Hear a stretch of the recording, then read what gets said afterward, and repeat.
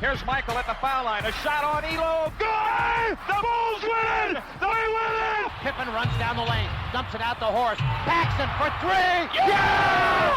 Rose crosses over the fadeaway. Let me step back and kiss myself. Oh my gosh, MVP it's over. time. Windy City Assassin does it again.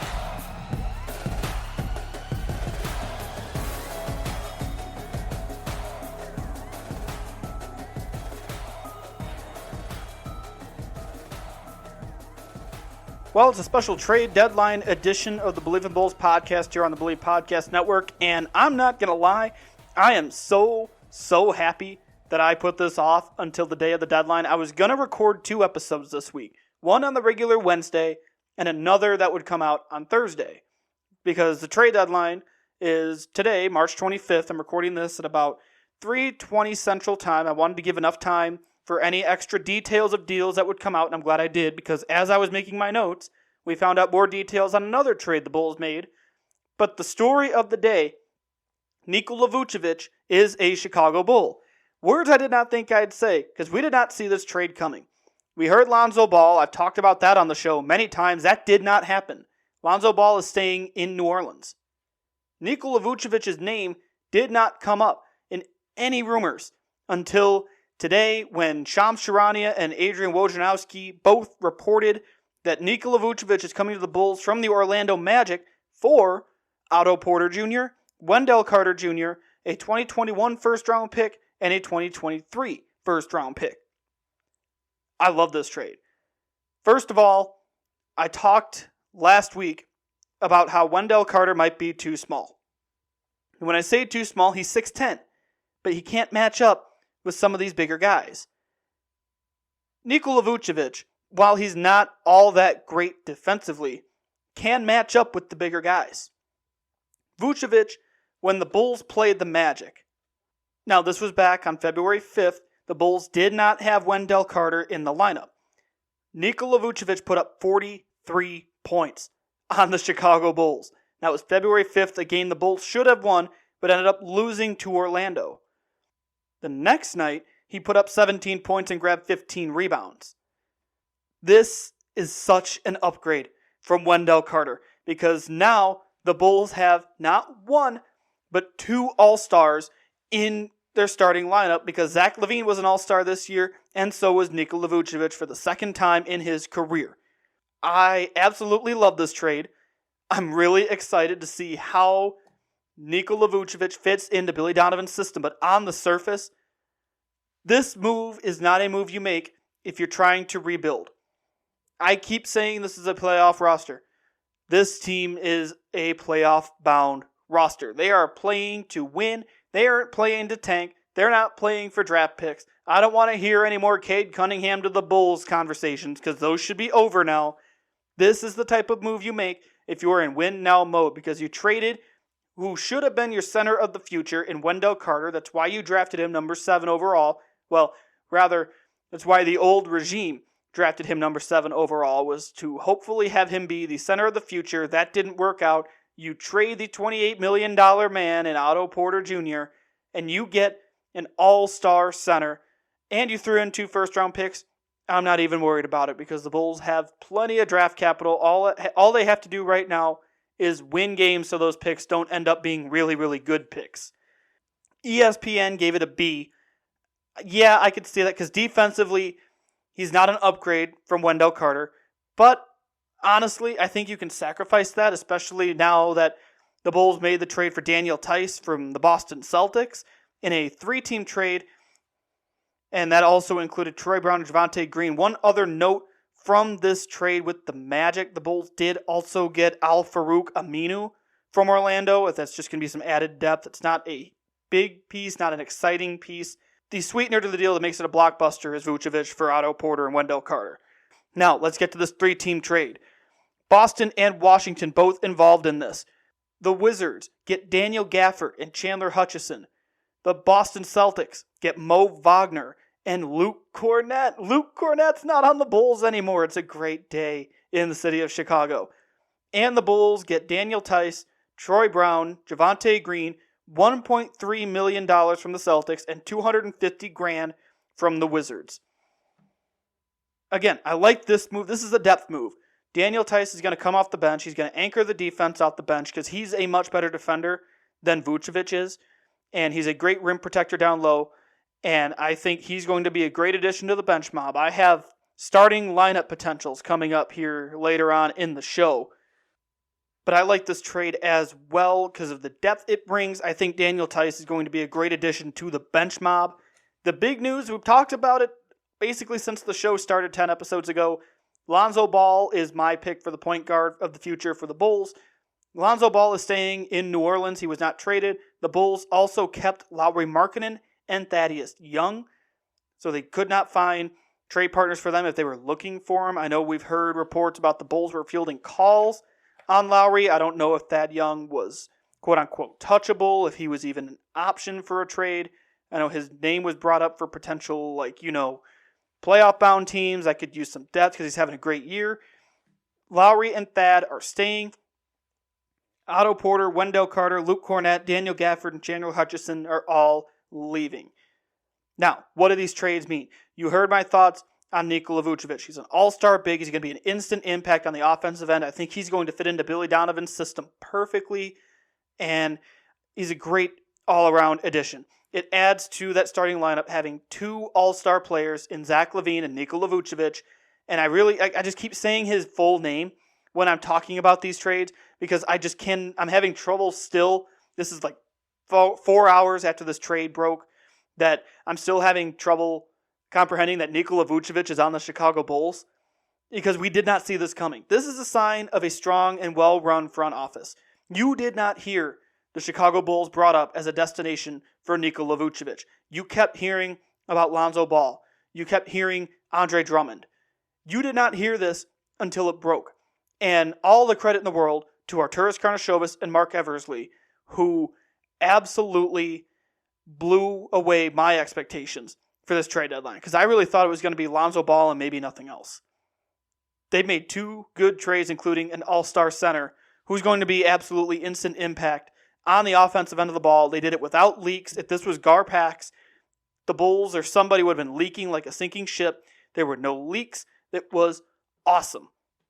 Very well done, and all the credit in the world to AK and Eversley. More on them in just a second. Really like the Vucevic addition. Again, Daniel Theis, more depth at the center spot behind Vucevic. So now you have two good options down low instead of having Wendell Carter and either dropping Thaddeus Young to the 5 or having Daniel Gafford come into the 5 spot, which was definitely not ideal. Absolutely not ideal on either end of the floor. So you have a defensive-focused player in Daniel Theis behind an offensive-focused center in Nikola Vucevic. Now, that's the pronunciation, too. It's not Nikola, it's Nikola. And this allows Thaddeus Young to continue playing the 4 off the bench. Thad doesn't have to start anymore. At least, I don't think he needs to start anymore. There's a way he can. I don't think it'll happen. But Thad can come off the bench playing the 4, and he doesn't have to drop down to the 5 and maybe turn into a de facto point center in a small lineup. He can play the 4 spot and get back into his comfort zone there. And also the Brown, Green, and Aminu additions, bench depth. Purely bench depth, it's not a bad thing to have. I don't think any of them are quote-unquote bad players. They're not Luke Cornett or Cristiano Felicio, who's still on the team somehow. But bench depth is good. I don't mind a little extra depth on the bench for, the second unit. Make that stronger. I also love just having other options than just the usual suspects. So this is going to be a low-key good trade, I think. I think Daniel Theis is better than he gets credit for, especially on the defensive end of the ball. But what did the Bulls accomplish this trade deadline? That's the big question. What did they accomplish? Yeah, they got one of the better big men in the game, at least on offensively. But what did they accomplish as a whole? Basically, it's out with the old, in with the new. Bye-bye Garpax. Daniel Gafford, Chandler Hutchison, Otto Porter, Wendell Carter, Luke Cornett were all acquisitions made in the Garpax era. They're all gone. And the trade with Washington and Boston is worth celebrating, if not for one thing and one thing only, and it's that Luke Cornett is no longer on this team. I feel like Stephen A. Smith, when he was talking about Kwame Brown getting traded for Pau Gasol, and They were asking if the Lakers overpaid, and he's like, absolutely not, because Kwame Brown is gone. That's me with this trade with Washington and Boston. I don't care what they gave up. Luke Cornett is off this team, and we will always and forever have this. Talked about the half that Luke Cornett had as we are now in the third quarter, and believe it or not, Jim Boylan said that he reminds him of Robert Horry. That was something that Boylan brought up yesterday at practice, Neil and Stacey. Of course, Boylan spent time as an assistant with the Rockets. And he said Horry was one of the first guys who could rim protect at a high level and make threes. We all know Robert Horry could shoot a three. Luke Cornett with one made three tonight, but that's the idea. He said Luke Cornett has rim protection, blocked shots, and he liked how he guarded Giannis Antetokounmpo in the first half against the Bucks, gentlemen. What? Neil Funk, Stacey King. Oh, my goodness. Robert Horry? Yeah, Robert Horry was a great two-way player. Won rings, too. Oh, my goodness. So long, little Robert Horry. I'm not going to miss you one bit. I was so happy when I saw Luke Cornett was traded. I told you I wanted Luke Cornett off my team and try to find a trade partner, and they did. So long, little Robert Horry. So yeah, out with the old, in with the new. That's going to be the motto for this trade deadline, because all of those pieces were from the previous regime. Now, Arturas Karnisovas and Mark Eversley can get to building this roster around two all-star players in Zach LaVine and Nikola Vucevic. And I have starting lineup predictions. This is what I think is going to happen in the starting lineups, because I did not like Thaddeus Young in the starting lineup. Now, this was not a perfect trade deadline. Let me be perfectly clear. The Bulls did not plug all of their holes. They need a point guard. I like Tomas Satoransky. I think he gets the job done. But he's not the point guard of the future like, say, Alonzo Ball. And I still say he's probably the top choice for this team. I think if the Bulls would have pulled off a trade for Lonzo, this trade deadline will go down as one of the better trade deadlines in Bulls history. And now they have Tomas Satoransky as their starting point. And they're going to rely on Kobe White with the second unit to maybe be that point guard that Billy Donovan and everybody hopes he'll be. Here's my prediction. And we'll see if this comes to fruition. The Bulls play their next game, their first game after the trade deadline, and with this new look roster, is coming up on Saturday, March 27th, against the Spurs at 7:30. Here's what we've got. Tomas Satoransky, Zach LaVine, Lauri Markkanen, Patrick Williams, Nikola Vucevic. I think that's your starting five. Your second string, Kobe White, maybe Ryan Arcidiacono, Garrett Temple, Thaddeus Young, and Daniel Tice. Maybe I'd put Javonte Green ahead of Ryan Arcidiacono just because I'm not the biggest Arch fan. I mean, that's just me. I mean, I'm a bigger fan now that he ditched the stupid man bun. But you could play with that second string however you want. But I could see that starting lineup of Satoransky, your past first point guard, because you'd have Zach LaVine who can shoot. I mean, you have a very inconsistent Lauri Markkanen. More on that in a second. Patrick Williams, who I'm very, very high on, and Nikola Vucevic. Because now the defenses, you can handle Zach all you want, because if Lauri has a bad night, Lauri has a bad night. Patrick Williams is not a volume scorer, and Wendell Carter wasn't impressive offensively. So you could basically team up on Zach and hope if you get beat by the rest of the team, you get beat. Now you have to pick your poison. Do you go after Vucevic defensively, or do you go after Zach? And you can't have one or the other necessarily. Or if you find a way to attack both, if Lauri Markkanen has an odd night, you're done. You're going to lose. But I think having Lauri Markkanen in that starting lineup, he's been very inconsistent lately. Against the teams the Bulls should beat, he's been playing lights out. And when I say lights out, I mean playing well. The Bulls lost to the Cavs, and I can't believe this trade deadline got me away from talking about that game Wednesday night. I'm probably going to talk about it a little bit before the end of the pod here. But Lowry had 17 points. It's the game he should have played well in, and I thought he did. He couldn't really find a stroke from 3-point distance, but still, 17 points from your number 2 guy. Okay, you've got to respect that. But the game before that was against the Jazz. The Jazz are a really good team. I did not expect the Bulls to win that one. Lowry dropped a grand total of 8 points on 3 of 12 shooting. 3 of 12. And 0 for 2 from 3. Now, against Cleveland, again, a team the Bulls should have beaten and didn't beat. They lost 103-94. Lowry had 17 points, still on 7 of 15 shooting, 1 of 5 from 3-point distance. Lowry is too inconsistent. I wish they would have found a trade match. I understand he's a restricted free agent. I get all that. I wish they would have found a trade match. Now you just got to hope he's consistent the rest of the way. But now the Bulls' number 2 is down low. You don't have to rely on Lowry to be your number 2 scoring option. You can feed Vucevic down low, and he's going to fit in really well in the drop, pick, and roll system that Billy Donovan uses. Now Lowry's workload can maybe back off a little bit. He doesn't have to keep pressing if he's having a bad game. You can find other ways to score instead of hoping that he finds a rhythm during the game. But that game against the Cavs, man, I'm really sad there wasn't any NCAA tournament action on because I couldn't take it anymore. I mean, it was just bad. They were favored by 6, the Bulls were. Ended up losing 103-94. I tweeted after the game that Arturas needed to get on the phone because I was hoping he would just sell anyone not named Zach LaVine and Patrick Williams was on the table, in my opinion, after last night's game. Especially because Cleveland didn't have Colin Sexton. If they had Colin Sexton, okay, if you got beat by Colin Sexton, okay, you can respect it. They didn't have one of their better players and the Bulls still lost.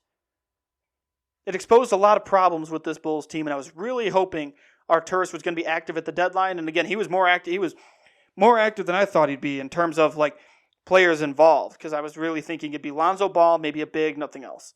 You got an all-star in Nikola Vucevic. You've got a solid center off the bench in Daniel Tice. You've got some other bench depth in there. You got rid of some of the guys who you didn't really care for from the old regime. It's a win in terms of the trade deadline. And I really think if the Bulls didn't lay an egg against Cleveland, it's completely different today. Now, Joe Cowley at the Sun-Times reported that the Bulls were in on Vucevic for the last couple of weeks. They were doing some exploring, as they should. They were doing their due diligence. They couldn't really find a match until Thursday morning when the trade came out, when news broke from Shams and Woj that this was happening.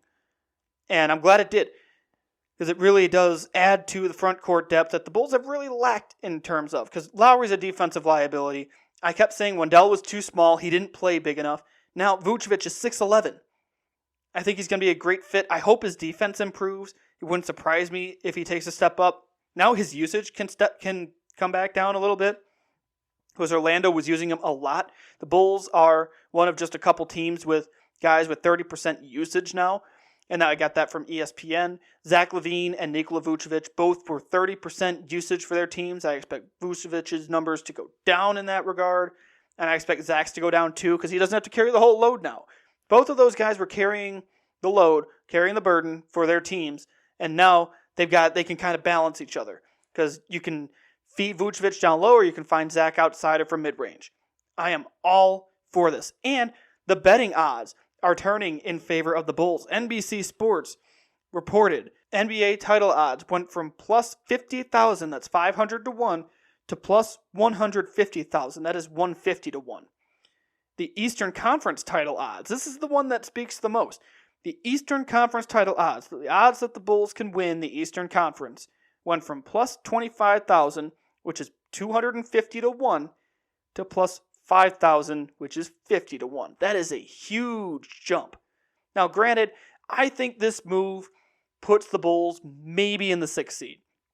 And when I say maybe in the 6th seed, I mean the Eastern Conference is bad enough that this team can maybe find a way to sneak into that 6th spot and be out of the play-in tournament and into the playoffs outright. They wouldn't have to play into the playoffs. They could just make it without issue. I think that can happen. I kept saying with the old roster it could happen just because of how bad the East is. I mean, outside of the top 3 teams, you don't have a lot there. And I really think now the Bulls need to be in the playoff conversation. I think this trade deadline shows how different things are for the Bulls now that Gar Forman and John Paxson aren't there. I think Karnisovas and Eversley did a wonderful job. And I don't think they're done, because the Lonzo rumors are going to stick around in the offseason, because he's a restricted free agent. Lowry's a restricted free agent. I could maybe see a sign-in trade for Lonzo. I could see an offer sheet match. Either way, that's not going away. So I'm not giving up on the Lonzo Ball to the Bulls pipe dream I've had for at least the last, 10 weeks or so, whenever reports started coming out about the Bulls being interested.